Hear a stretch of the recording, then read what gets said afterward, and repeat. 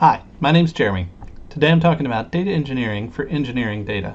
So I have a collection of fleet data. I've got information about lots of sensors for different vehicles and different trips that they took. And I want to do some basic analysis of that. But first let's look and see what we have. So I'm using a tabular text data store, which is pretty convenient for letting me look at a collection of data files. I've got some timestamp data, trip IDs, and I have trip IDs for various trips, and vehicle identification numbers. So my VIN numbers for lots of different vehicles that I care about. I've also got a lot of extra sensor data here. So today I really don't care about all of this. Today I'm just going to be looking at the total sensor for acceleration. Okay, so the way that this data is organized is not very convenient. I'm only interested in a few trips or a set of vehicles.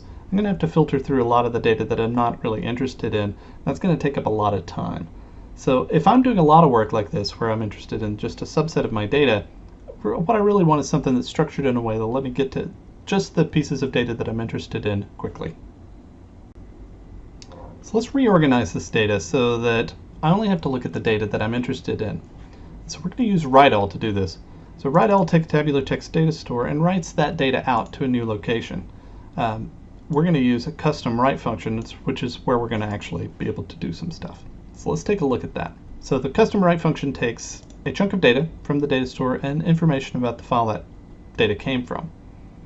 What we're going to do is look at the unique VIN numbers in that file and the unique trip IDs for each VIN number. We're going to create a new folder for each VIN, and we're going to rename our files to be the trip ID.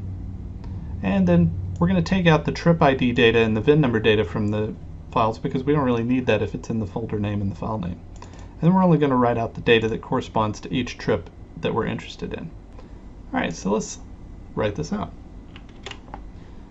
Now, what you choose to write out, whether folders or file names, really depends on the kind of analysis you're doing. You want to do something that is going to be easy to reuse in the future, something that you can make a subset of, or something that you're really looking at a lot, like in this case, trip IDs. Let's take a look at the fleet data that we just generated in Fleet Parquet. So you can see we have folders. Each one of those is a vehicle identification, and then each file that's in there is a trip. So we have a lot of different trips for this vehicle and several different vehicles that we might be interested in. Today we're only going to look at a subset of that, but first let's inspect our data set just a little bit. In particular, I'm interested in the file sizes. So we've got the CSV directory and the Parquet directory. We're just going to sum up how much data there is in those and take the ratio. And we see we've got 4.3. So we've actually reduced the file size, or the total data set size, by a quarter. That's pretty nice. Let's get a list of file names so we can do some analysis. We're only really interested in a few of the vehicles that we have data for. So we're going to take a subset of that and pass that to our Parquet data store. And so this will only create a data store with the data that we're interested in. We're going to read each file one at a time. And we're only interested in acceleration, sensor total, and time. So we're just going to select the variables that we want to read, so we don't have to bring in all of the data, only the things that we're interested in. This should speed up things quite a bit. Okay, so now we can analyze the data. And to do that, we're going to use the transform function. Transform takes a data store and applies a custom function to the return of each read. So that, in this case, is each trip. And let's see what we're going to do with the transform function. So that takes a chunk of data, in this case the data from the file, and info about the file we just read.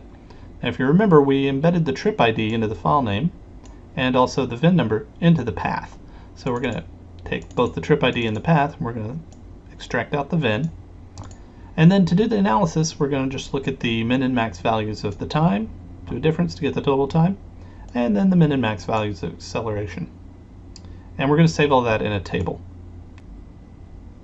Okay, so let's create our Parquet data store, and then we'll perform the transform and do a preview on that. So let's look at everything.